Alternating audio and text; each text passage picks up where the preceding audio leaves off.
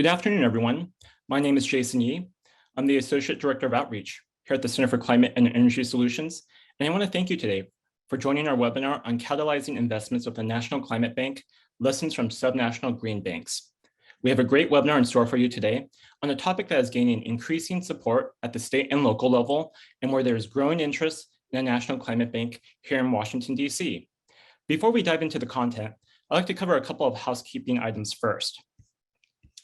First, we will be recording this webinar, and a recording will be made available on our C2ES YouTube page within 24 hours. The format for today's webinar will be a short presentation of our new paper on green banks. We will then hear from key leaders at state green banks, followed by a moderated discussion with our panelists, and we'll close with audience Q&A. We'll have plenty of time for Q&A towards the end of the webinar. We have more than 300 people registered for this webinar, and so we'll try to get to all your questions, so please submit them using the Q&A portion of Zoom, and we'll answer them at the end of the presentations. With that, let me give you a quick introduction of my organization. For those of you not familiar with C2ES, we're an independent, nonprofit, nonpartisan organization that brings together diverse interests to find practical and effective solutions to our climate and energy challenges. We work with policymakers from the local to the global, as well as businesses and other stakeholders to reduce greenhouse gas emissions, deploy clean energy, build resilience to the impacts of climate change. All these things, are things we need to do to help us decarbonize and reach our climate goals. And to do that, we believe that financing is a critical element in helping us achieve our long-term climate goals. We know from the climate science that we need to significantly reduce greenhouse gas emissions, aiming to become carbon neutral by 2050 or sooner. And to accomplish this goal, we need to develop, deploy, and scale clean energy technologies in time to avoid the worst impacts of climate change, while also building resilience to the impacts of climate change that we're now starting to experience more and more on a daily basis. All of these activities will require an unprecedented level of capital investment in a very short amount of time. One way where we can effectively deploy capital is through green banks. And I think this tees up our perfect that we're releasing, the paper that we're releasing today, that takes a closer look at green banks and at a national climate bank. You can find a link to the paper at the bottom of the slide, as well as on our website at c2es.org. And a link for the paper has just been shared to the chat window as well. So over the past decade, green banks have emerged as a critical mechanism to strategically deploy public financial resources in ways that can leverage private capital to accelerate the transition to a decarbonized, resilient future. More than 21 green banks are operating across the United States. More banks are in development. These banks operate at a local level, regional level, and at a state level, and they come in different names as well. So far, I've referred to these as green banks, but they're also called climate banks, clean energy banks, infrastructure banks.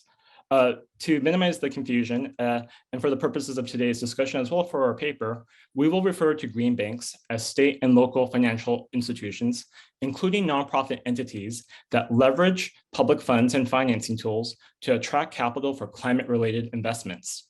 These climate-related investments typically include efforts to promote clean energy, energy efficiency, distributed energy resources, as well as resilience and adaptation efforts.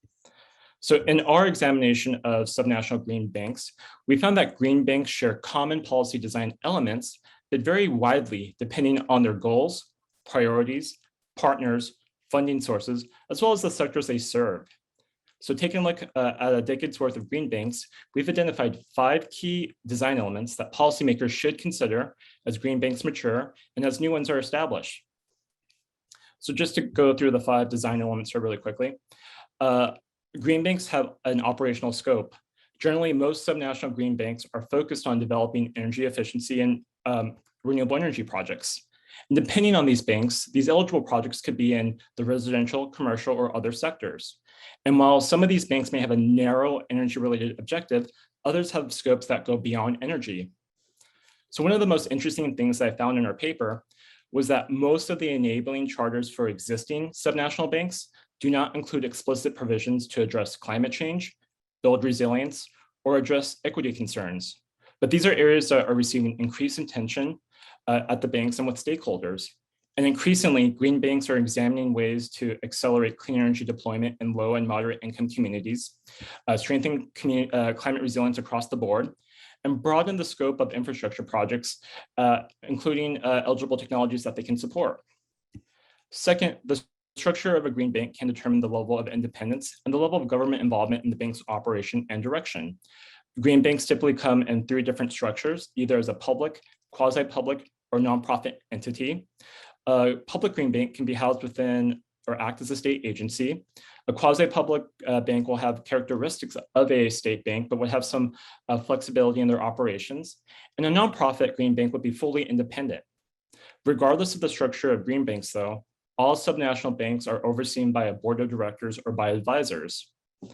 Third, green banks have typically utilized funds through some combination of public, private, and philanthropic sources. Public funds are the most common source of initial capital for a new green bank, and funds from private and philanthropic sources can supplement funding, especially for nonprofit banks. And once operational, green banks use the revolving loan fund model to fund future projects. So in instance, if you provide a green bank with initial funding, they can become self-sufficient. Fourth, green banks have used various financial products and services to attract and leverage private capital to fill the financing gaps that traditional banks do not typically serve. Efforts here have traditionally focused on reducing the upfront costs and increasing access to low-cost capital to build projects that otherwise would not be funded or completed. And then finally, green banks track financial and non-financial performance metrics, including both direct and indirect impact to show progress in achieving their respective goals and to show profitability for investors. So even with all the impacts that state and local green banks have had to date, there's still a tremendous need for a national climate bank to fill the gaps left by subnational banks and to crowd in private sector investment at the scale needed to rapidly transition to a net zero economy. Some estimates have shown that decarbonizing the electricity sector in the United States could require up to 4.5 trillion in investment, and a green bank can be one way of making that possible. And so I think this is part of the reason why the idea of a national climate bank is receiving renewed attention in Congress as well as in the administration. So far, we've seen the introduction of 6 climate bank proposals this year, and a climate bank was included in President Joe Biden's American Jobs Plan. In the interest of time, I won't delve into these proposals, but would note that we will have a summary comparison of these proposals available soon on our website. Here at C2ES, we still believe that states are the laboratories of democracy, and that Congress can draw on the experience of more than 20 banks operating across the United States to help inform policymaking for our national climate bank. So drawing on the experiences of subnational banks, as well as our conversations with policymakers, businesses, and other stakeholders, we put together a recommended framework for a national climate bank based on the 5 design elements that we just covered. So just to go through this framework here. First, a national climate bank should have a clear, flexible, goal-oriented mandate to reduce greenhouse gas emissions, deploy clean energy, and help strengthen the resilience of communities as they prepare for the impacts of climate change. The bank should have clear guiding priorities, but continually conduct a programmatic review to guide investments over a multi-decadal time horizon. A national bank should also establish its own dedicated climate-focused portfolio. This could include efforts to develop larger scale regional infrastructure projects that national banks may not be positioned to help. This could also include the commercialization and widespread deployment of proven technologies for providing support for these efforts, and then providing investments to scale assistance for fossil fuel reliant communities as they make the transition to the net zero economy. Second, a national climate bank should operate as an independent nonprofit, and if that's not feasible, a quasi-public entity. A non-public or quasi-public structure will enable a national climate bank to operate more nimbly, as it can be established more quickly compared to a wholly owned, federally operated climate bank. Third, a national climate bank should be initially capitalized with at least 30 billion, with a directive to become self-sustaining within a few years. And at a minimum, a national climate bank should leverage the same financing mechanisms that subnational banks currently use, and should work to attract and avoid crowding out or competing with private investment. A national bank should also provide technical and financial assistance to new and existing subnational green banks, and for financial institutions that are wanting to help deploy climate solutions. And finally, a national climate bank should have metrics of success to gauge their impact, to attract private funding, and to track market transformation so as to know when to scale down its role in particular markets and when to shift attention to markets with greater needs. So taken together, subnational green banks and a national climate bank can leverage private investment at the scale needed to support the comprehensive market response for the widespread deployment of clean energy technology and other climate solutions. So that's a really quick overview of our closer look paper. The paper is available on our website. I encourage you to check it out at c2es.org. What I'd like to do now is shift gears and turn things over to our next set of speakers. We're fortunate to be joined by a terrific panel of key leaders of state green banks. First up, we'll have Jeff Schaub. Jeff is the executive director of the Coalition for Green Capital, and he leads their work around the world to create green banks. We'll then hear from Kim Earle. Kim is the managing director of strategy, impact, and investor relations for the New York Green Bank. And then we'll hear from Brian Garcia. Brian is the president and CEO of the Connecticut Green Bank. The Connecticut Green Bank is the first green bank that was established in the country. And then we'll hear from Mary Templeton. Mary is the president and CEO of Michigan Saves. This is the first independent nonprofit green bank to be established here in the United States as well. And so with that, let me turn things over to Jeff. Jeff.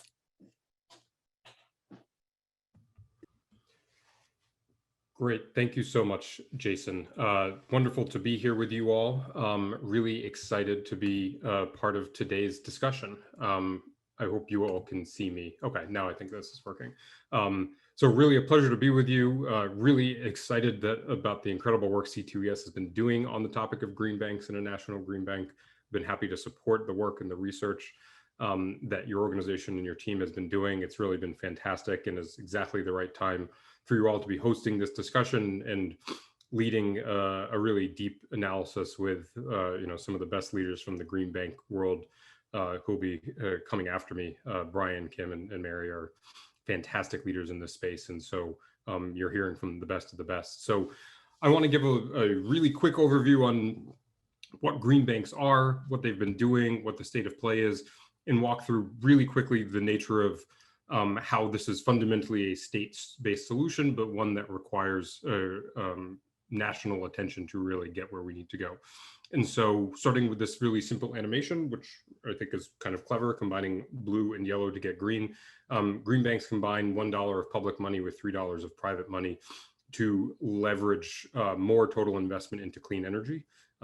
This is a very clever animation. The blending of public and private money, technically speaking, usually happens at the project level, not at the institution level.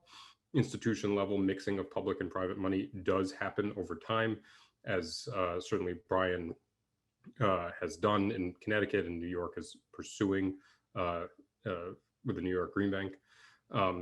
But fundamentally, this is a model designed to leverage more private investment into clean energy projects that ought to be financed, are financeable, produce benefits for investors and for energy users, but which are not being financed at scale today for a host of reasons related to market barriers, market inefficiencies, risk perception, untested financing structures, all of which my green bank partners will talk through. This leverage number increases over time as money is recycled. So what is a static 3-to-1 ratio on average turns into a higher number over time. And that ratio actually, by definition, varies across investments and across institutions. So it is not, this is just an average across all green banks. Next slide, please.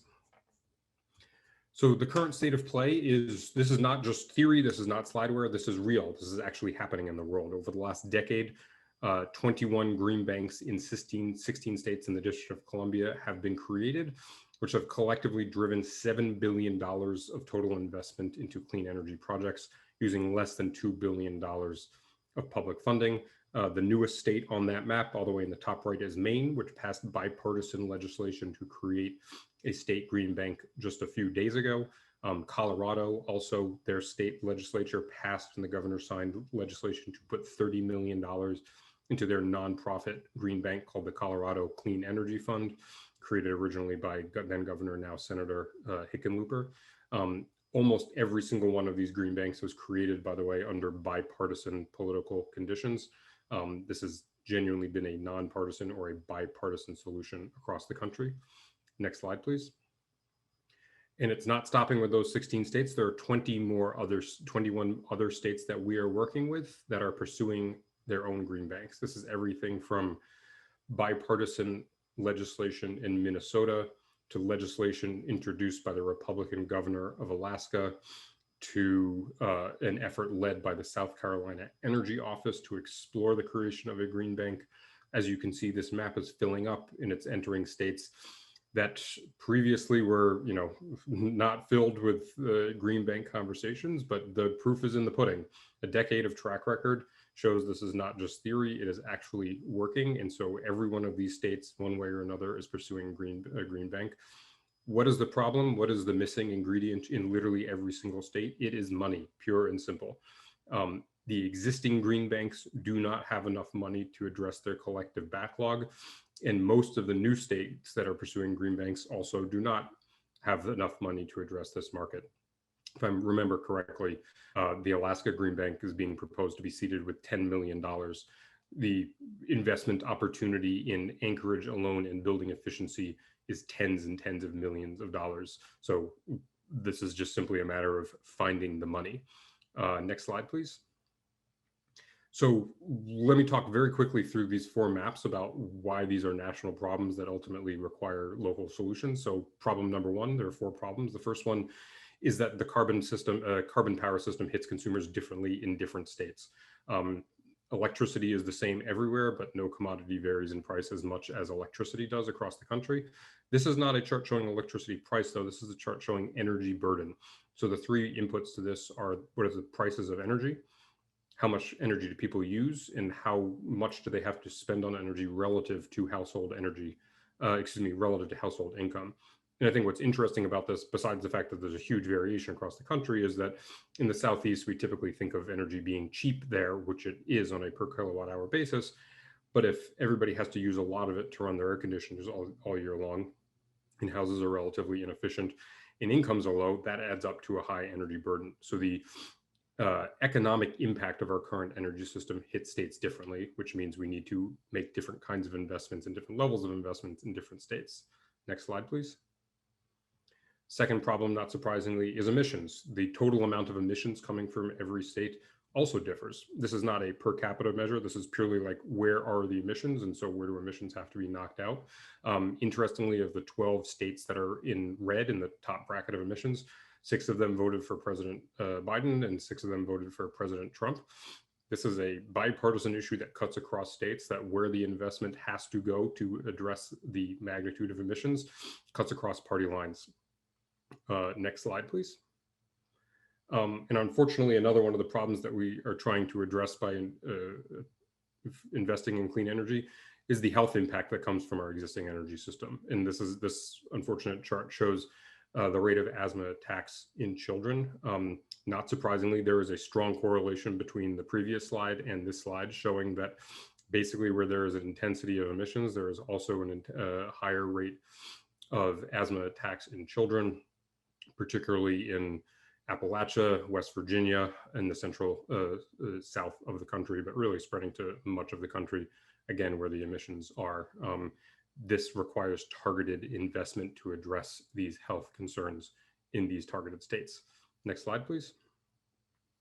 Then the last problem is jobs. The economies of many, many parts of the country rely on the existing fossil fuel energy system. This happens to show the 6 targets identified as energy communities per a White House report put out earlier this year. These are communities that natural trends of how energy is being used and how the economy is being run mean that these jobs are going to start coming into shorter supply. We cannot forget about these communities. We have to be conscious of a just transition. We need to be sure that there is investment targeted to these communities to replace dirty fossil fuel energy with clean energy, and clean energy that's cheaper, and ensure that there is still economic viability in those communities, which again requires targeted investments to meet the specific needs of each state. Next slide, please. So what does this mean for our clean energy future? So this map shows where does the wind and solar have to go to reach net zero by 2050. This shows us it has to go everywhere. The orange dots are solar, the blue dots are wind. This is a highly distributed map, and I don't mean distributed in the sense of behind the meter, but literally these solar and wind projects go everywhere. Every single state benefits from and will need to have clean energy investment. And this map actually represents about $3.3 trillion worth of capital investments that need to happen over the next 30 years. So again, every state will benefit from this kind of investment. Next slide, please. So what does this actually mean from a national perspective? So as was said before, there are multiple proposals for national green banks. The one that has been specifically supported by the president and has bipartisan support in the House is the Clean Energy and Sustainability Accelerator. It's a proposal for a $100 billion independent, nonprofit, nonpartisan green bank capitalized with $100 billion of public funds, which over a decade would leverage $800 billion of private investment for $900 billion of total investment over a decade. This would create 4 million jobs in the next 4 years. And because this money is distributed and would be targeted where it needs to go, it means there would be work and jobs created in every community. And very importantly, 40% of the investment must go to underserved frontline communities and communities most directly affected by the clean energy transition. So this is also in line with the president's broader environmental justice agenda. I'm really excited to be a part of this conversation and be able to talk about these policies in more details and the different proposals, but happy to hand it off to my colleagues from the green banks to talk about their real work getting it done in their states.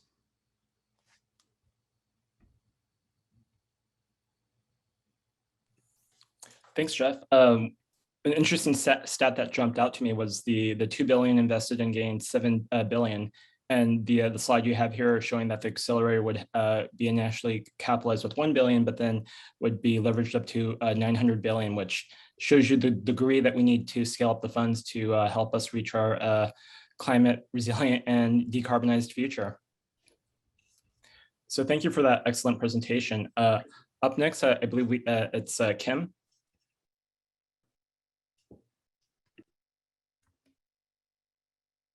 Great, can you all hear me?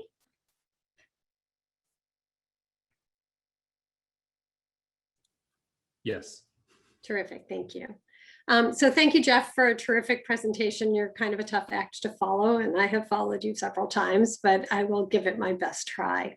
New York Green Bank is a division of NYSERDA, the New York State Energy Research and Development Authority. And we were capitalized with a commitment of $1 billion of New York State ratepayer funds when we were formed in 2013. Climate change mitigation is really at the core of our mission.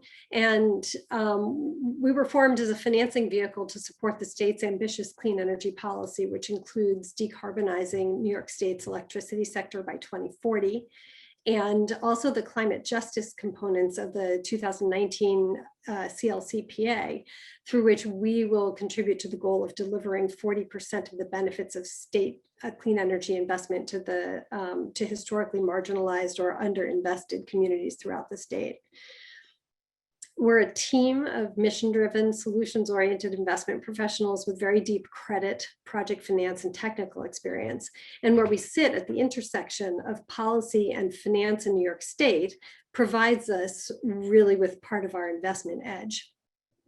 So how does this mission and structure serve us? If you flip to the next slide, please. We are the largest green bank in the nation.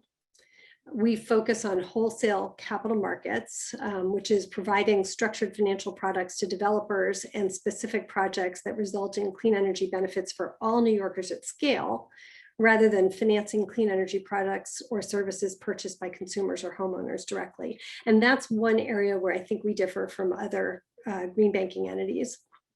With a median transaction size in the range of $10 to $50 million, we've put to date over $1.5 billion to work across numerous clean energy and sustainable infrastructure technology segments. We had a record-breaking year last year, despite the disruption of COVID-19. We committed $349 million across 30 transactions last year, directly with project developers and also including 11 co-lenders. And in keeping with our goal to support the climate justice goals of the New York State Climate Act, we committed nearly $66 million to projects that met NYSERDA's interim definition of disadvantaged communities.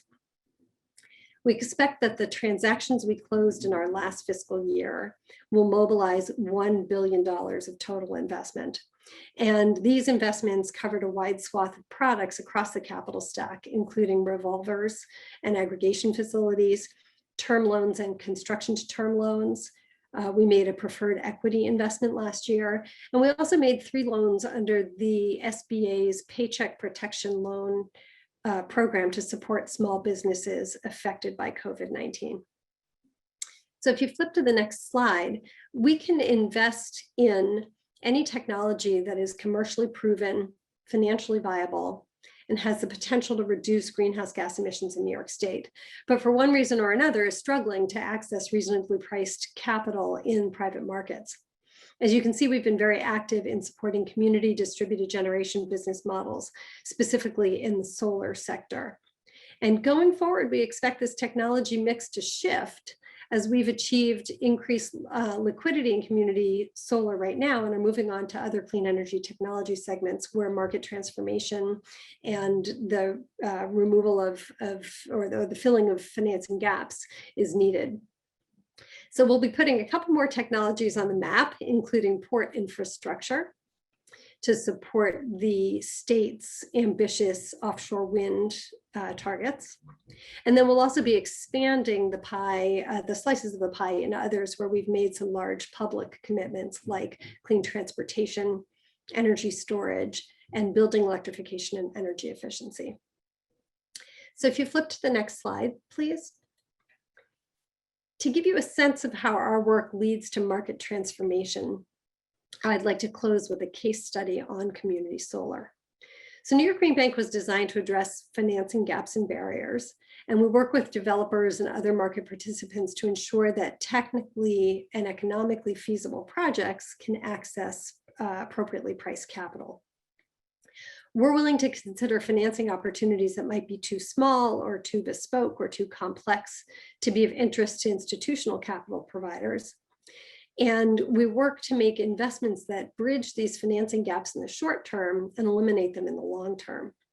So our capital is there to create attractive precedents and build standardized, replicable investment structures that private capital will be, and institutional lenders will be attracted to. And in project types where those lenders have not specifically been active in prior periods. So once that private finance crowds into a market, our goal is to move on to the next area where our financing structures can be utilized to drive greater liquidity. So the work we did in community solar, or that we're doing in community solar, is a prime example of our investment and market transformation thesis.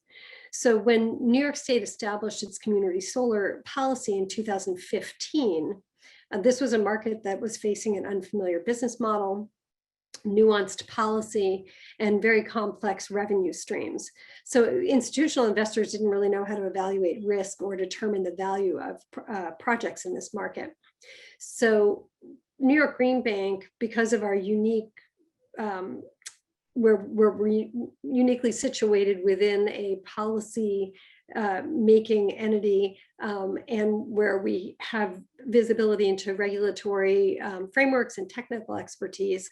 This allowed us to really play a central role in establishing a knowledge base, best practices, and some precedents for financing in the nascent community solar industry.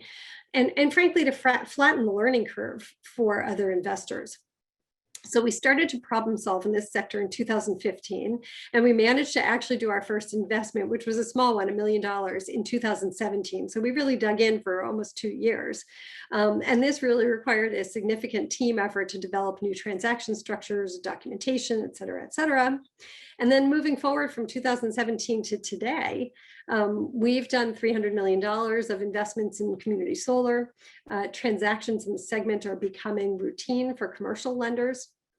And the December 2020 participation of Greenbacker Capital alongside New York Green Bank in a $13 million community solar development facility to Oya Solar really marked a significant milestone as the first time a private sector investor had acted as a co-lender in a New York Green Bank community solar development loan. So as community solar is increasingly seen as an attractive component in a high-performing clean energy investment portfolio, we are now raising the bar. And going forward, we're going to focus where capital remains scarce. So in projects supporting low and moderate income subscribers, and in projects that pair solar plus storage. So we're done with the plain vanilla, and now we're moving on to address another financing gap. So that's a sense of how we think about market transformation. And I'll close with that. So thank you very much for having me today. I'm looking forward to the discussion following my colleagues' presentations. Thank you, Kim. Thank you for the overview of the New York Green Bank. And I think this is an excellent case study of the power of green banks to transform markets, to mature new markets, to get them going so that it can attract private sector investors. So yeah, thanks again for that, for the story. Next up, we have Brian. All right. Good afternoon, everyone. Jason, thank you for that introduction. It's great to follow Kim here.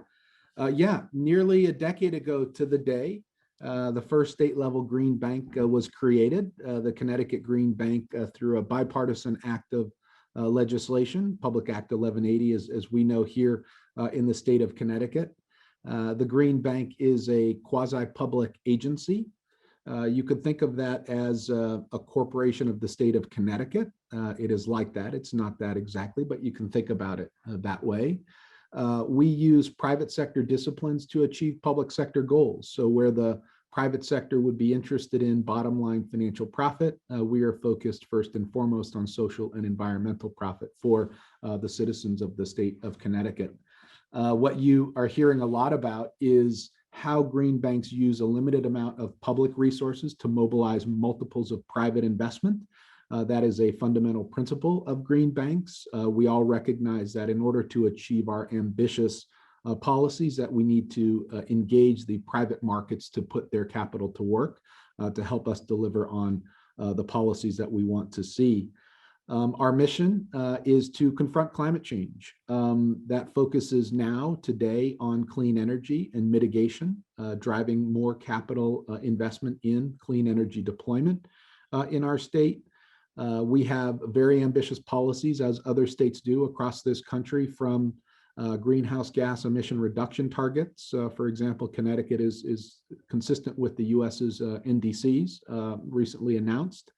We focus on increasing the deployment of renewable energy through renewable portfolio standards. We focus on increasing the resilience of our state to the impacts of climate change, because they are around us every day with hurricanes, snowstorms, and the like. So our mission is to confront climate change. And we do that, again, by increasing and accelerating the flow of private capital into markets that energize the green economy. I'm happy to say that recently, within the last 2 weeks, another bipartisan act of legislation was passed to expand the scope of the Connecticut Green Bank beyond clean energy to now include environmental infrastructure. So there is a recognition here in Connecticut that the Green Bank model can mobilize more private investment to modernize and decarbonize our environmental infrastructure. We are learning from each other as green banks. There are a number of other green banks across the country that not only do clean energy, but also do other things like water, parks and recreation, and other things. And we are guided by our vision statement, which is a planet protected by the love of humanity. If we are fundamentally after confronting climate change, then we need to recognize that we need to help each other make people's lives better, and it is fundamentally about an equity issue. Let's go to the next slide. So we focus our programs and products on 3 areas. First is home solutions. I'll give you a quick example. We've got what's called a Smart E-Loan. We actually learned from our colleagues at Michigan Saves to really help our local community banks and credit unions learn how to finance clean energy projects here in our state. So we provide a second loss to our local community banks and credit unions who provide unsecured loans to families to help them do things that are consistent with our state's comprehensive energy strategy. weatherization, insulation, more efficient HVAC systems, ductless mini splits, renewable heating and cooling, solar PV, you name it, all those things that we like to think about in terms of decarbonization, lowering energy costs are all on that list. And our local community banks and credit unions are now providing tenors up to 10 years. So the longer they can go out, the more we know the savings we can put back into families' pockets. We have seen our local community banks and credit unions lend $80 million of their capital, and we've had to pay out $75,000 in loss reserves. So that is a great result in terms of helping teach our local banking institutions how they can support the energy and climate change policies of the state of Connecticut. Another example on the building solution side is a program that we have called the Small Business Energy Advantage. This is a partnership that we have with our local utility, Eversource Energy, whereby they provide an on-bill loan to small businesses, less than 100 kilowatts of capacity demanded from those businesses. And we provide them the capital to do that. But specifically, we reached out to and issued an RFP to identify Amalgamated Bank, who is now our partner in the program. So they provide 90% of the capital. The Connecticut Green Bank provides 10% of the capital, and we are helping provide that capital to businesses to do energy efficiency improvements on bill and to reduce their energy burden. And lastly, we more recently just issued Green Liberty Bonds. That's to say that we are helping to finance projects now by engaging our citizens who want to buy fixed income securities to invest in clean energy projects in Connecticut. And we're seeing citizens within the state of Connecticut and across the country invest in these projects. The goals just down there below, mobilizing private capital. That's first and foremost what we think about when we think about green banks. The second is by doing that, we help strengthen communities. We focus especially on vulnerable communities. You're hearing that from Jeff, Kim, and others, that it's important for us to ensure that vulnerable communities, low to moderate income families, small businesses are benefiting first and foremost from the green economy that we're building. And lastly, more recently, we are pursuing investment strategies that advance market transformation in green investing, and specifically our Green Liberty Bond does that, and happy to talk a little bit more about that. Let's go to the last slide. But it all really begins at the front with investment, right? As we see more private investment being attracted into our green economy, we get all of the benefits that society is after, that policymakers are after. The more capital that's deployed, the more clean energy we see going into homes and businesses. Those systems are being installed by a local workforce, so creating direct, indirect, and induced jobs from that investment. Ultimately, the performance of those systems are reducing the local air pollution and the global climate pollutants as a result of clean energy. We're generating tax revenues that support the state budget and municipal budgets.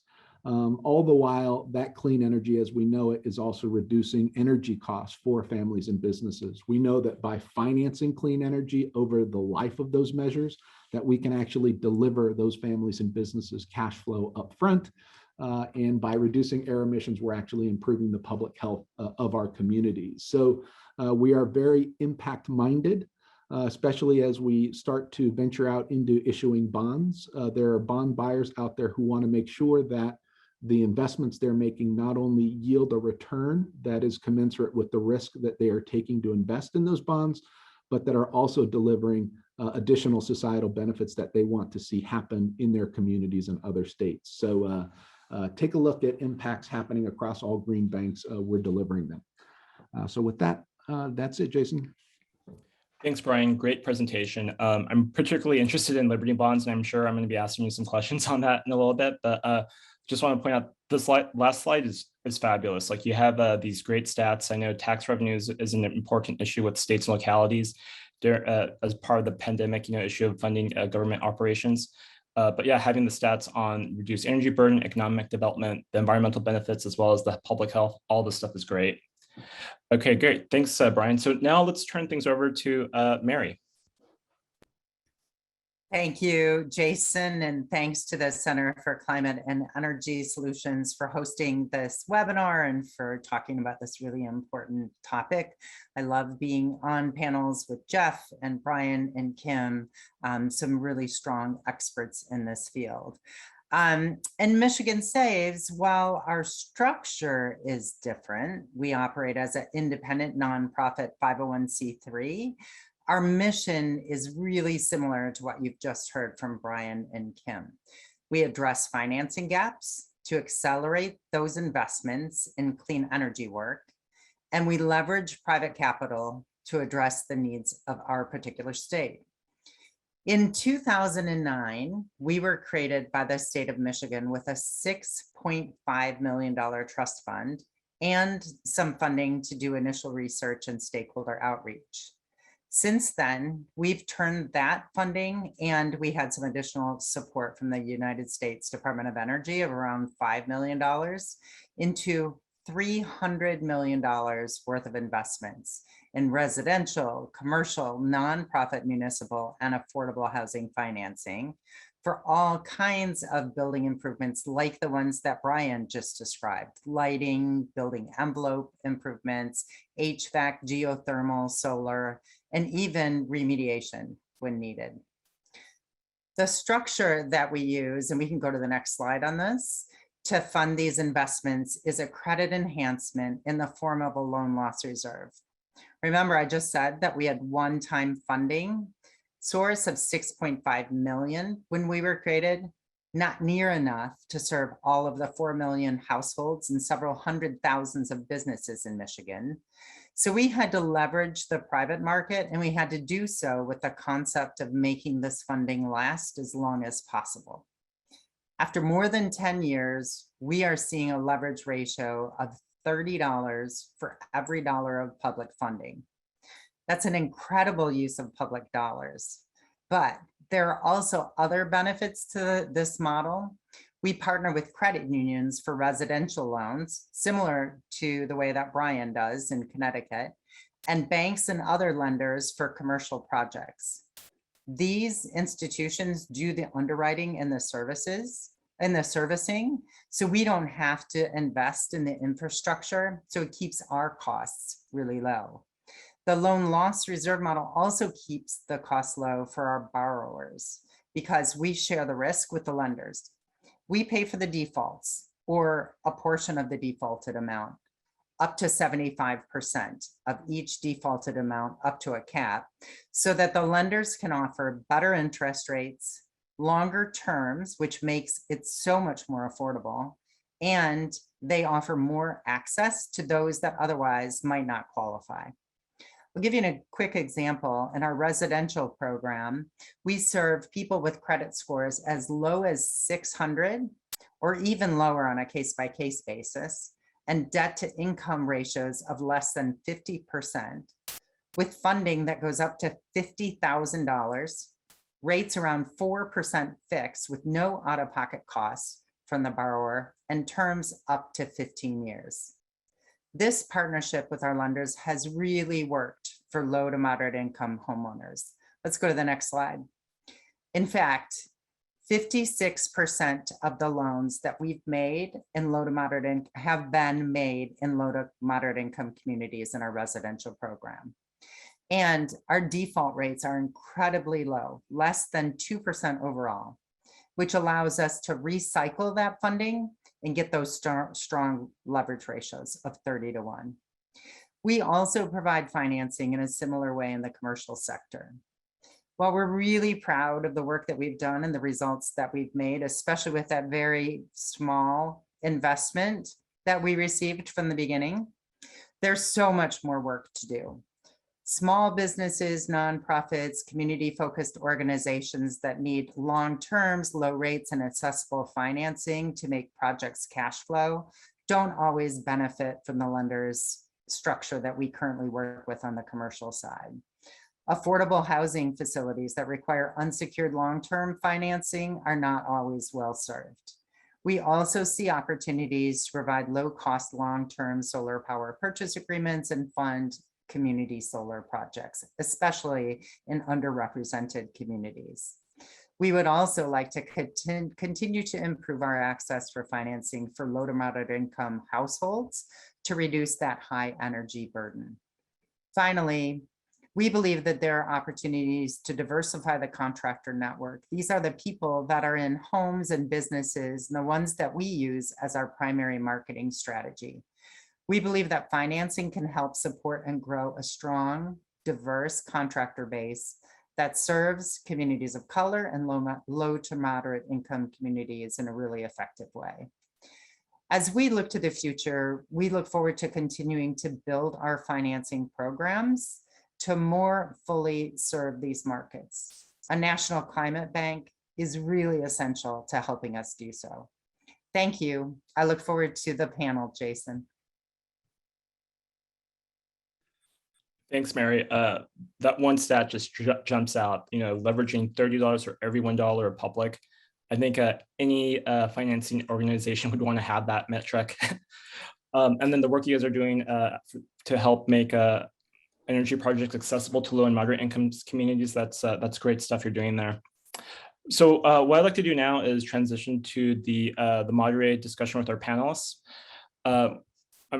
As the moderator, I have some questions for them, and then we'll go through these questions, and then we'll switch to the public Q&A portion.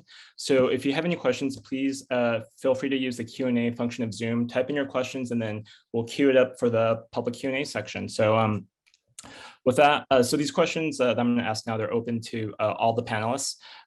So I know a number of you touched on the idea of economic development and creating jobs in your presentation, but I'm kind of curious, how have green banks fared in terms of economic development and job creation?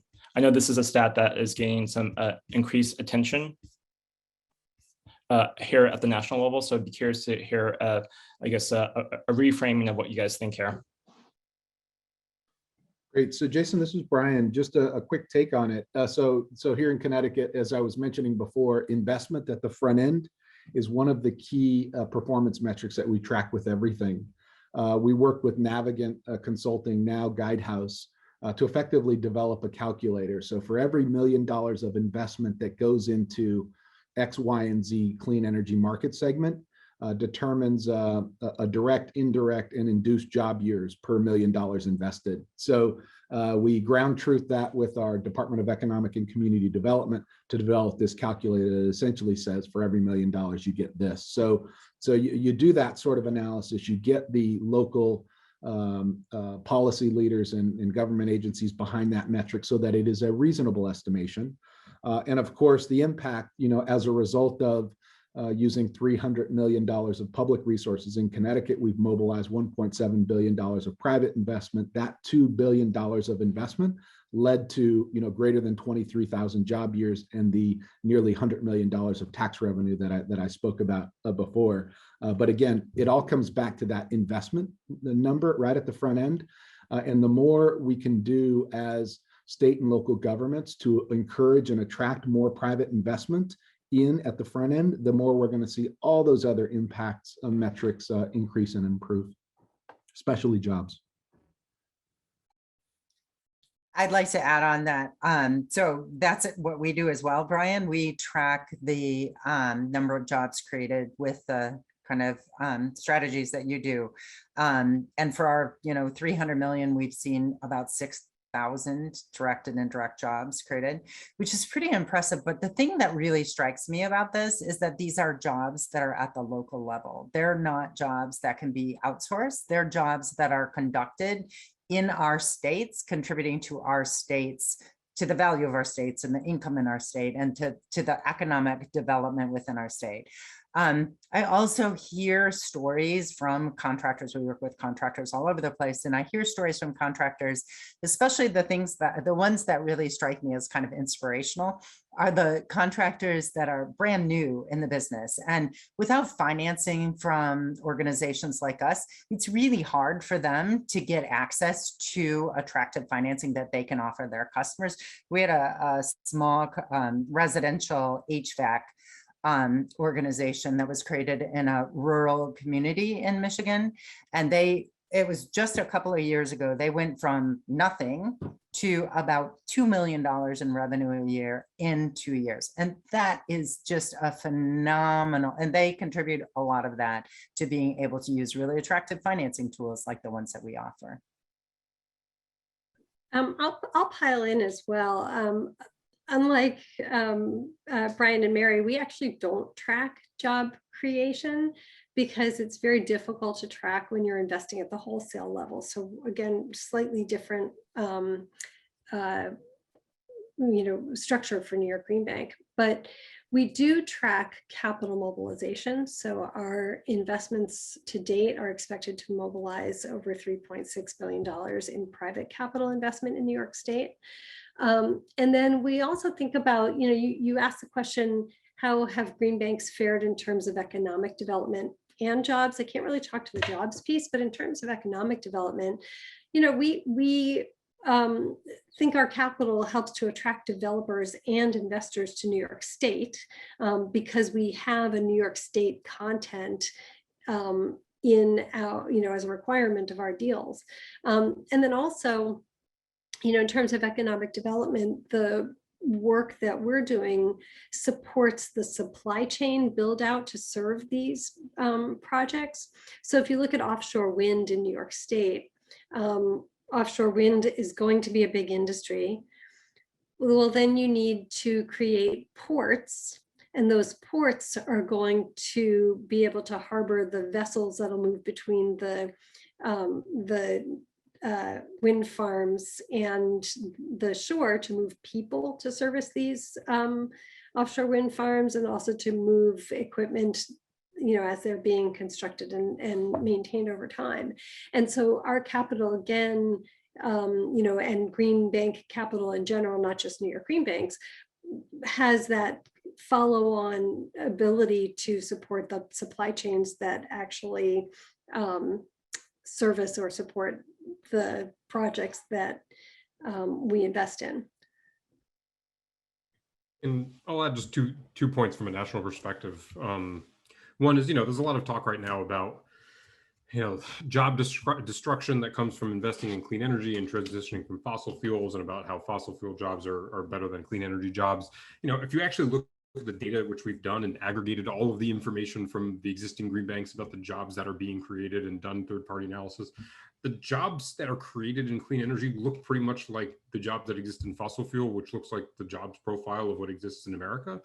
A wide range of types of jobs with a wide range of skill sets, with a wide range of salaries that come with it. And, if it's not just a few people like scampering up on roofs to install solar panels, it's the supply chains behind them. It's, the marketing teams, the management teams, sales teams is it's just a sort of just this false perception that like clean energy jobs are somehow worse or different than jobs at large in fossil fuels or the American economy. So that's one point. And then the other one is this thinking about, again, what is the actual way that the money reaches projects? It goes through developers, it goes through contractors. If we're talking about addressing and causing an equitable transition, the biggest concern I have about, the implementation of a national green bank or the scaling of, clean energy investment writ large is it's not about finding the projects, because the projects are everywhere. It's who are the actual people and the actual businesses that are going to go out and do the work, because most of them don't exist. That kind of like intermediation of, if we want to electrify every low-income household in, rural West Virginia, like those businesses and those people aren't there yet. So this is a massive business creation story and a massive job creation story if we have any desire to actually put this money to work at scale. And so it's not just about, putting money into projects, it's about putting money into new businesses. Great point there. I guess for my next question I have for you guys, a key component of the president's plan is to focus on environmental justice and ensuring that more voices are included in the planning of policies at the early stage.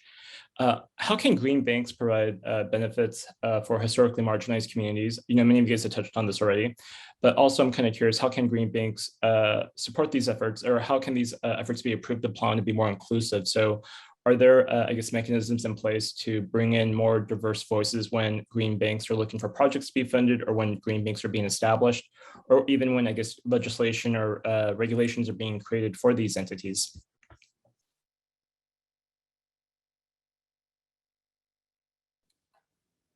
This is Brian. I'm happy to take a stab and jump in here. In Connecticut, we're guided by a statutory definition for vulnerable communities. It actually just recently passed last fall of last year, and that definition has 4 components to it in terms of how it's defined. It uses the environmental justice definition of the state, which includes things like distressed communities, which are communities identified by our Economic Development Agency, communities that have, are less than 200% of the federal poverty level. It includes LMI communities, and then my favorite community, the one that we build around, is communities that are eligible for CRA, the Community Reinvestment Act. Again, a principle of green banks is to mobilize more private investment. So to the extent we can use the CRA to help our local community banks, credit unions, state, regional, national banks to put their money in vulnerable communities, the better. We've established a target by the end of 2025. We'll see no less than 40% of investment going into vulnerable communities. That came through the Governor's Council on Climate Change's Energy and Environmental Justice Working Group. So we've adopted that recommendation through that process.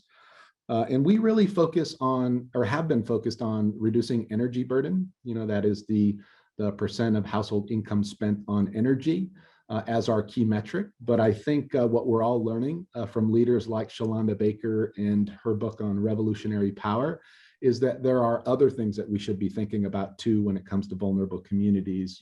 Workforce development, we've been talking a little bit about it, as well as wealth creation. So those are a bit of new areas for green banks to kind of begin to get their minds around. But I think we're all very focused on ensuring that the green economy that we're helping to build to help mobilize more private investment in works for everybody, but especially the most vulnerable.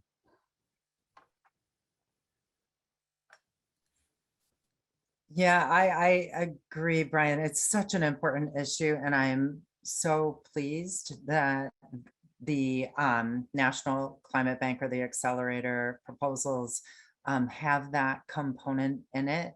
The state of Michigan under Governor Whitmer has formed many task forces around environmental justice and building decarbonization.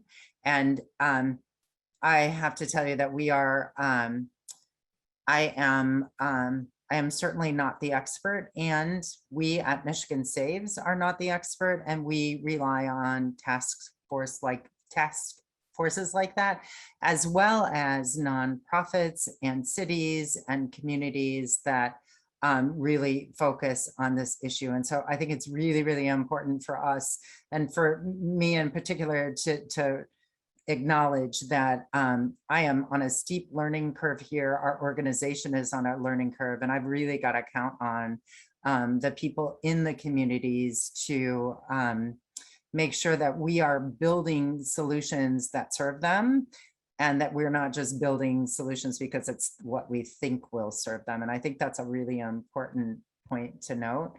I also think that workforce development angle is super important.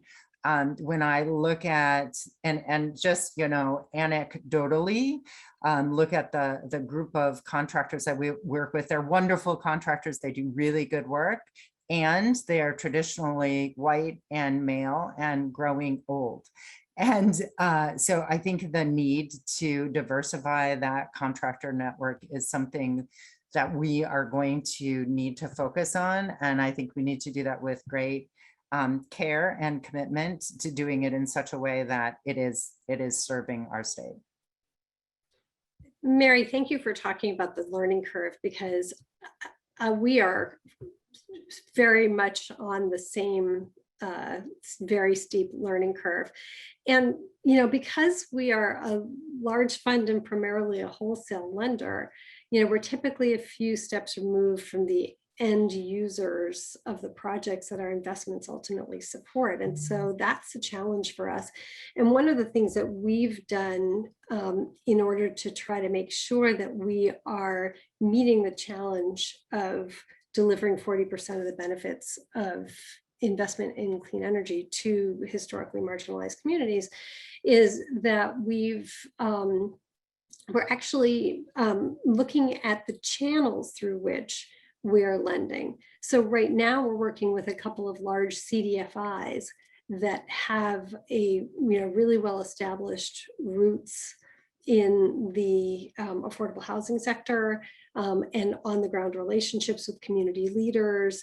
And we're really trying to make sure that we keep our finger on the pulse of what's going on in these local communities by partnering with channel partners who have boots on the ground in those relationships, and who can ensure that our capital goes to that best use. But it's hard because in our situation, again, we aren't really lending to the ultimate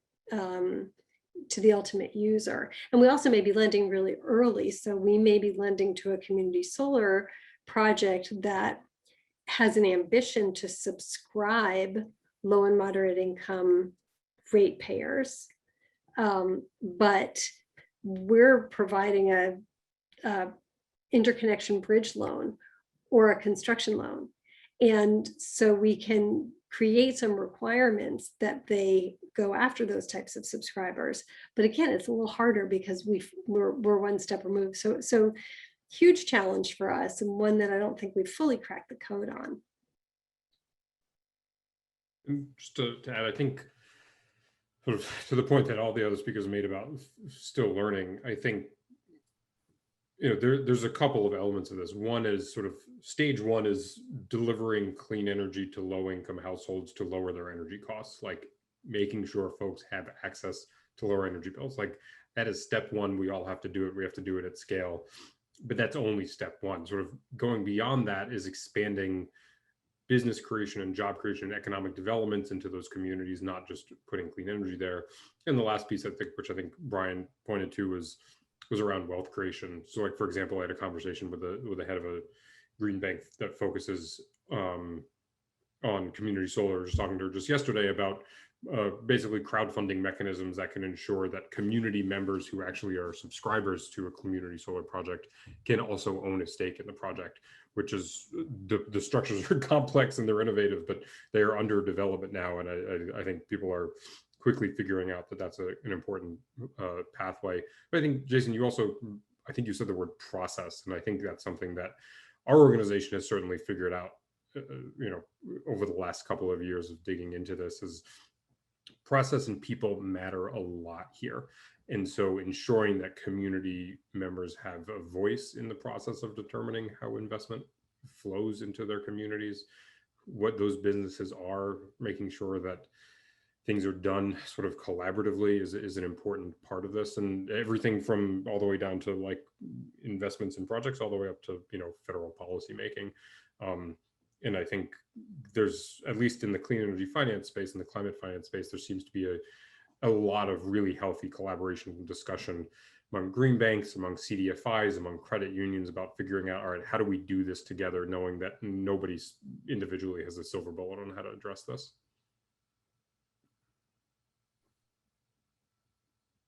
Great, thank you. I guess for my last question for the entire panelists, Jeff, you alluded to that a number of congressional proposals are in development related to a national climate bank. I think we're fortunate to be joined by key leaders of green banks on this webinar today. So I think it would probably behoove me to ask for your recommendations. What would you suggest to Congress as they think about legislation for a national climate bank? Specifically, I'm kind of curious, given that the National Climate Bank can probably fill in some of the gaps that are existing, how can you maybe also see a national bank working with you at the subnational level as well? So I'll give a very high level overview that's not at all related to the actual investments. It needs to be $100 billion. $27 billion from the White House and the American Jobs Plan was fantastic, and we are incredibly grateful for the president. It has to be $100 billion. The collective group of green banks from that already exist have a backlog of $21 billion. So expand that nationally. This has to be $100 billion. There's just no question about that. And it has to be an independent nonprofit organization. It cannot be a part of the government.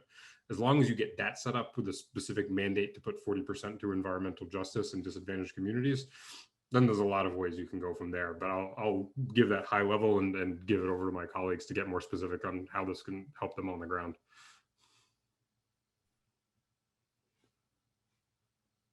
So I guess I'll go next. Yeah, I support Jeff's recommendation. Like, do it now, do it big. We don't have time to wait. And you know, you see that we can turn small dollar amounts into large impact.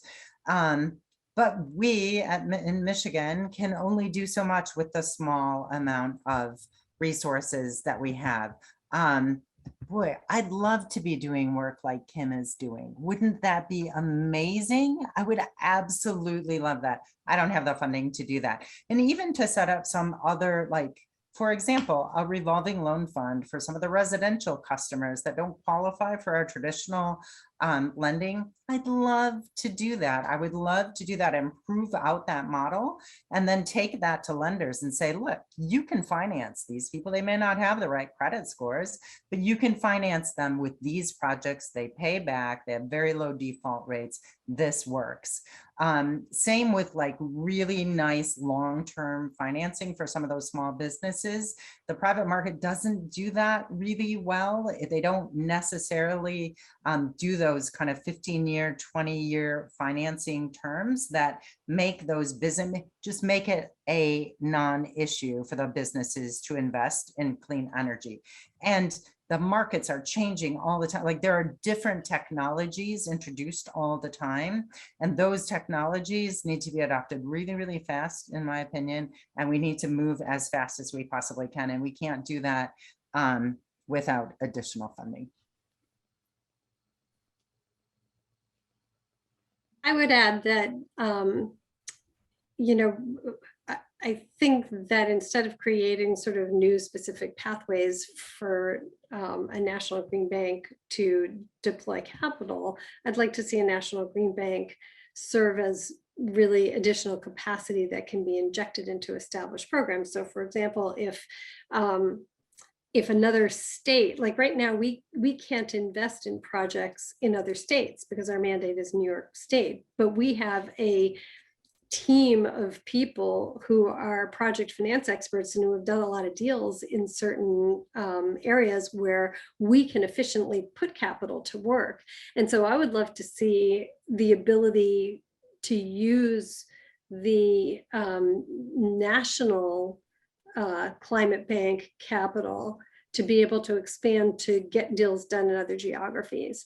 I think that would be really interesting because I think we can do that cost effectively in places where they might not have dozens of projects, but they might have a few projects. And so it doesn't make sense to build a team to underwrite them and do those deals. So that's one idea I throw out there is how do you leverage what's already there?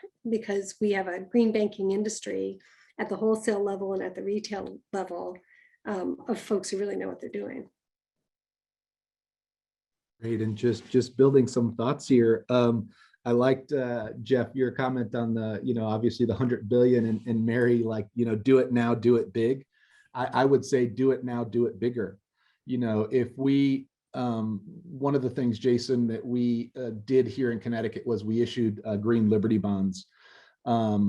Modeled after the Series E war bonds of the 1940s. So what we were testing here was, are citizens in Connecticut and across the country interested in putting their own money to work to invest in solutions to climate? That's the case. So why wouldn't we, when we're thinking about, you know, war bonds in the 1940s, you know, more than 85 million Americans buying war bonds, raising $185 billion for us to fight the war, equivalent to over $3 trillion today.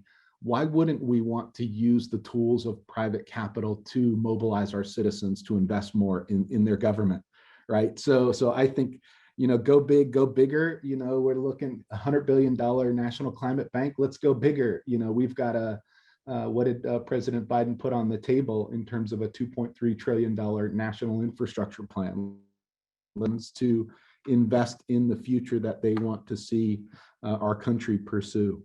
So put that out there.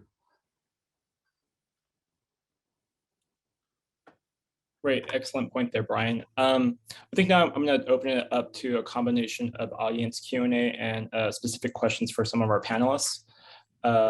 Brian, since you just went here, we have a question for you from a former coworker of mine who actually works on climate resilience. She's actually a Connecticut resident and is, and as you know, green banks are starting to fill the resilience financing gap. And you mentioned the legislation that was passed dealing with the green infrastructure, but can you speak a little bit about the interest in expanding the role of the state's green bank to include climate adaptation and resilience? Great. Forgive me, my internet connection's a bit spotty, but I think I caught the gist. Yeah, so as a part of the Governor's Council on Climate Change, there was a working group on funding and financing resiliency and adaptation. And a number of recommendations came through that from stakeholders. And one of them was expanding the scope of the Connecticut Green Bank from clean energy to now include environmental infrastructure. So the environmental infrastructure definition includes water, waste and recycling, agriculture, land conservation, adaptation and resiliency, parks and recreation, and other environmental markets, including carbon offset.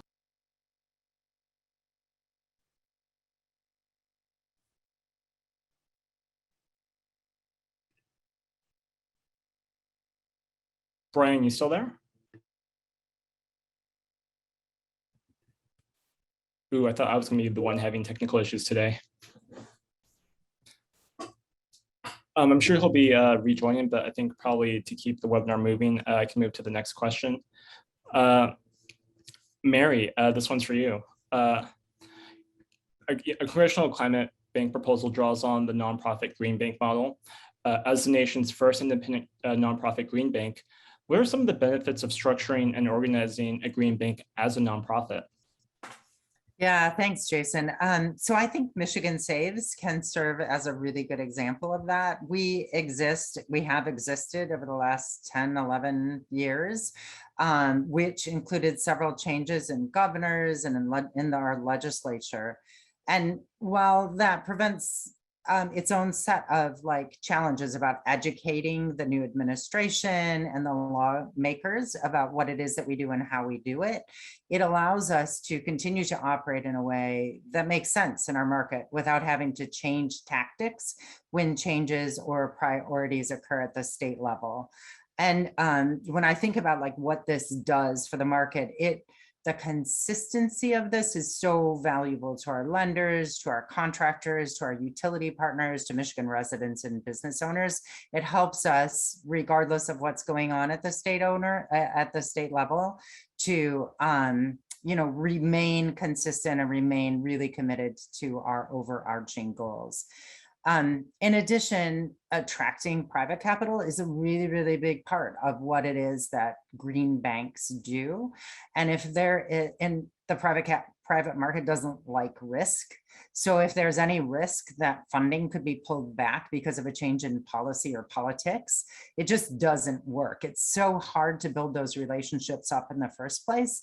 And if you have to build them up again after some kind of a non-favorable event, it's even more difficult to do there.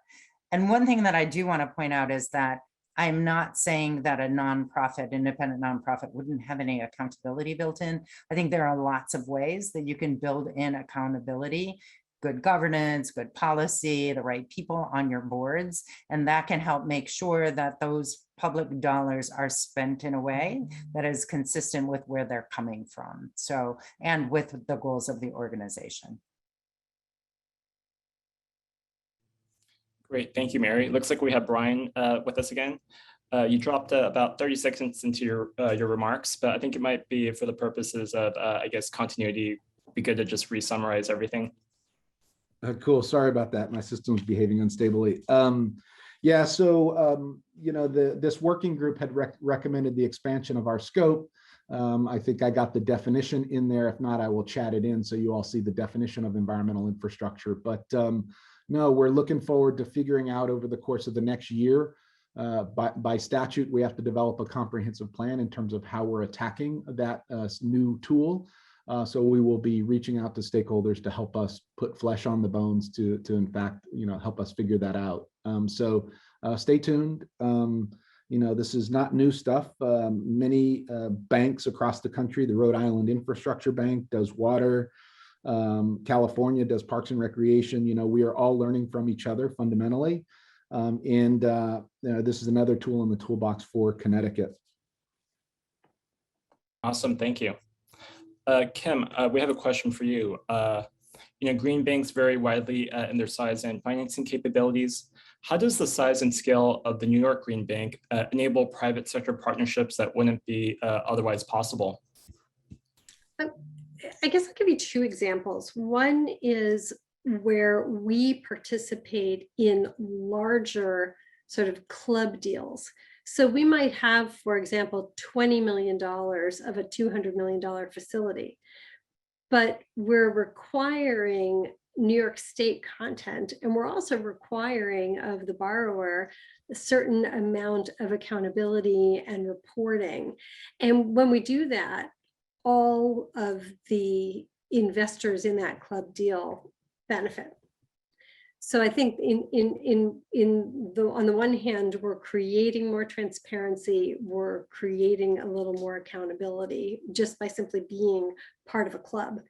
I'd also say that one of the most exciting things for us right now is that and this was announced back in 2017, so it's kind of long in coming, but we're in the process of raising private capital against our portfolio.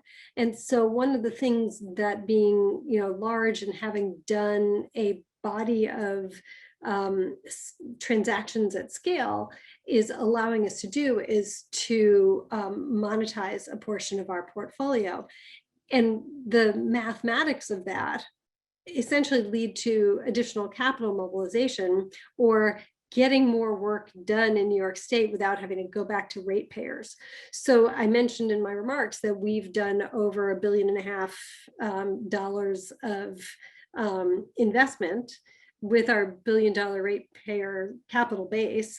That's been in large part due to recycling of capital. But by monetizing a portion of our portfolio, we're actually bringing more capital in to do more transactions. So now we're not only spinning through the capital twice, but we're making the pie bigger. And I think that's a unique situation that we're in. So stay tuned. So it's interesting to see what you guys are doing. So I'm always going to be interested in what happens to the New York Green Bank. Jeff, I have a question for you. You've done tremendous work in helping to establish state and local green banks across the country. In your work, setting up these banks, what are some of the common opportunities and challenges that you're facing, and what these banks may face as well? Well, the challenges are easier to identify. They're more apparent. As I said, the number one challenge is just not enough money. That is really true everywhere. I think Colorado's $30 million of funding last week was effectively the first time something resembling a general budget appropriation was used to seed the creation of a national green bank, of a state green bank, because all the others are in some way sort of like pulling in like a system benefit charge, some sort of one-time special thing, Reggie proceeds. It's just very uncommon to just get a large straight budget appropriation. So the money is definitely the biggest challenge. I think also there's a little bit of hang up on the institutional model. I think the truth is like, figure out what markets you want to focus on, figure out what your strategic objectives are, figure out what the products you want to roll out with first are, and then leave the institutional model to be the last thing you answer. I think it's very sort of, there's a natural appeal to spend a lot of time debating whether it's public, private, nonprofit, et cetera. But ultimately, like, that's just sort of like the means to the end, and shouldn't drive a lot of the conversation. On the opportunity side, that's the thing that's sort of so amazing about this. And we're spending a lot of time these days meeting with trying to meet with all 100 Senate offices, and it turns out like in literally every single state, there is some market, some investment, some industry. It's like, hey, this could be used to finance this, you know, a pumped hydro storage project in South Dakota. Like, they need money. So you never really know exactly until you start digging into a specific state what the opportunity is going to be. But they are all there, and they all have the benefit of lowering energy costs for somebody or some industry. A business has to be, you know, expanded or created, and jobs have to be created to serve that market. You're creating a new investment opportunity. Oh, and by the way, you're reducing greenhouse gas emissions. And the funny thing is, in some states, the GHG emissions reduction is like the #1 selling point, and sometimes you don't even talk about it at all, but it is sort of intrinsic to the model. Yeah, I guess it gets to all politics is local, right? Yeah, 100%. Yeah. So we have another question for the entire panelists here. Could you talk more about the process of engaging local banks and credit unions? What are they looking for from you? And yeah, just I guess some overall information about what they're looking for in terms of gaining confidence in their underwriting process. Ryan, you want me to start, and then you, because yeah. Okay, so let's talk about the credit unions. Here's what they are looking for from us. They're looking for new members, and we can do that for them. So it's a great benefit to them. We bring them customers, they serve them very, very effectively. And then they can reserve those members with different products that they might offer. So, you know, then when somebody sells their home or buys a new home, they can offer them a mortgage or a car loan or something like that. When we engage the credit unions, some of the things, and quite frankly, for us and for any new green bank that is being introduced now, we have the benefit of history that we didn't have when Brian and I started this out. So when Brian and I were starting, we're going to these credit unions and saying, hey, we think we have a really good idea. Do you want to play with us? Here's how we think we might structure that. The credit unions on the residential side were more apt to jump on board than the banks because of that member drive. But now we have the benefit of many, many years, like a decade or more of history of working with the credit unions on the residential side. And we know that the default rates are very low. And so that brings, you know, like that's a real benefit to these institutions. And then on the commercial side, the commercial banks, leasing companies, and the other organizations that we work with, they want to deploy their capital. And if we can help them deploy that effectively, that benefits them as well. Yeah, I guess what I would add to that is, you know, green banks kind of play an intermediary role. You know, we understand the nature of the policy, you know, to your point, Jason, not everything's local. You know, the policies are local, and we understand what legislators are after, what local municipal officials are after. And a part of our role is to interpret that as a market opportunity for our local financial institutions to put their money and their investment in to help policymakers achieve those goals and objectives. So we play that intermediary role. And, you know, we've learned a lot from Michigan and Mary, and, you know, our Smarty loan is modeled totally after theirs. So, you know, that is a big part of it, is making sure that the measures they're financing are consistent with the energy policy of the state, for example. So we might do some technical review, they'll do all the underwriting, all the things that they're good at, and together, collectively together, we're moving the ball. Now, the other thing is, like on larger, you know, infrastructure projects, you know, we had a local, a regional bank, a Webster Bank, that we were able to bring into financing a Connecticut onshore wind project, small project, 5 megawatts. Connecticut's not well endowed with onshore wind, but because we were in the deal, subordinated in the transaction, that is that we would take first loss in the project, we were able to bring them into the deal. And as a result, as a bank, they started to see the opportunity from clean energy, climate change policies, not only in the state, but also around the region, and created a division for clean energy financing. So it's a way of, you know, helping them understand the policy opportunity in the market and getting comfortable with it, de-risking things, and getting their investment and capital moving into the market.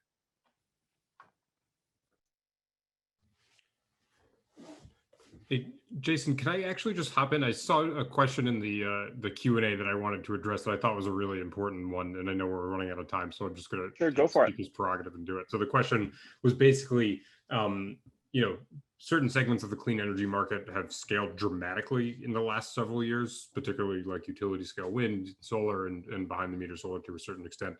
How does like future scaling and the kind of scaling we're talking about compared to what's happened before? This is 100% the right question to ask. I can try to paint a picture for what that looks like, but I think the simplest thing is just with math. If we are going to have 100% clean electricity on our grid by 2035, basically it means that wind and solar power make up 75% market share of that grid, where the remaining comes from the combination of nuclear and hydro, and sort of assuming we're not building any more nuclear and maybe we get a little bit more generation out of hydro through repowering. Today, wind and solar, I think, make up about 12% of the grid. And so over the last 15 years, wind and solar basically went from 0 to 12% market share. And over the next 15 years, it has to be 6 times that, from 12% to about 75% market share. So that's the kind of scaling we're talking about. So this is like S-curve adoption rate that you see in mobile phones and other sort of technology. Like we have to start going straight up basically immediately in order to follow that pathway. So it's not to say that we haven't accomplished a lot, because going from 0 to 75 is impossible. But going from the pathway we're on to where we need to get looks like similar kinds of growth that we've seen in other technology areas.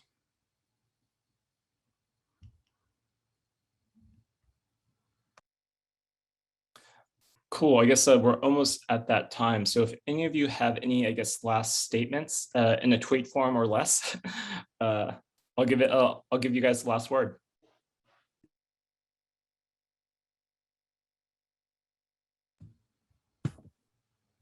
I would just say thank you to C2ES. Really appreciate it. Appreciate the conversation. Really great panel. I love being on a panel with all of you. Just good work. Let's keep it up.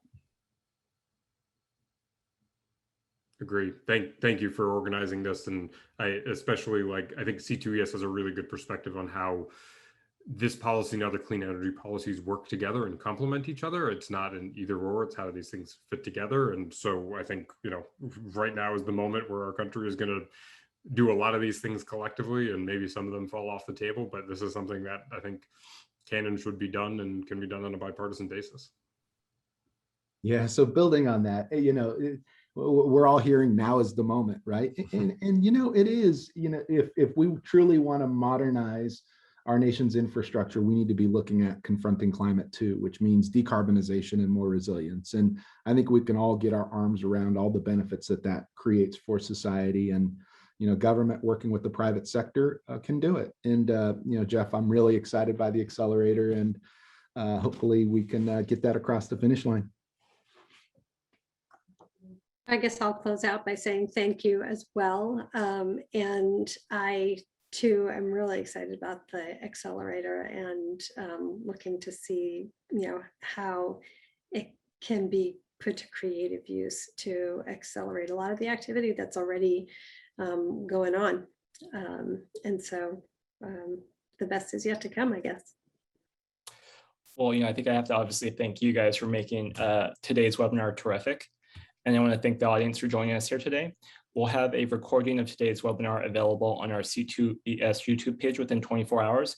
And I just want to thank you for joining today, and thank the panelists once again for their tremendous help in putting together this webinar and their participation. And also a special call out to Maddie Lee for helping with the webinar as well, and for the paper. So with that, I'll end the webinar, and we'll see you next time. Thank you.